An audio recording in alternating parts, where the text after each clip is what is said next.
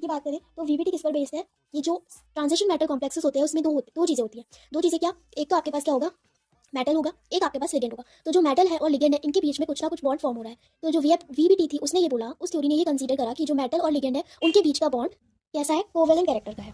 ठीक है, यानी कि इनके बीच का बॉन्ड क्या है, कोवेलेंट बॉन्ड है। ठीक है, बट अगर हम सीएफटी की बात करें तो सीएफटी ने ये बताया कि जो इनके बीच का बॉन्ड है प्योरली इलेक्ट्रोस्टैटिक्स है। प्योरली इलेक्ट्रोस्टैटिक्स का मतलब क्या है, यानी कि वो प्योरली आयनिक है। आयनिक का मतलब क्या होता है कि यानी कि जो मेटल होगा उस पर पॉजिटिव चार्ज होगा, लिगेंड पे नेगेटिव चार्ज होगा। यानी कि मेटल और लिगेंड के बीच में कोवेलेंट कैरेक्टर ना होकर कौन सा बॉन्ड होगा, आयनिक बॉन्ड। ठीक है, जिसको हम इलेक्ट्रोस्टैटिक्स बॉन्ड भी कहते हैं। तो फर्स्ट इसका यही है। नेक्स्ट हम बात करते हैं, इसी को हम क्या लिख सकते हैं, क्या लिख सकते हैं, मेटल लिगेंड बॉन्ड। मतलब जो मेटल लिगेंड बॉन्ड है वो प्योरली कोवेलेंट है और इसमें प्योरली आयनिक है। ठीक है, और जो इसका बेसिस क्या था कि जो based overlapping of the atomic orbital to form bonds. अब हमने पता चला हमें कि इन दोनों के बीच का जो बॉन्ड है वो कोवेलेंट है। कोवेलेंट कब होगा, जब इनके जो एटॉमिक ऑर्बिटल्स हैं वो आपस में ओवरलैपिंग करेंगे। ओवरलैपिंग से ही कोवेलेंट बॉन्ड क्रिएट हो जाएगा। ठीक है, और इसकी बेसिस क्या थी कि ये इलेक्ट्रोस्टैटिक्स इंटरेक्शन होता है इनके बीच का। ठीक है, यहाँ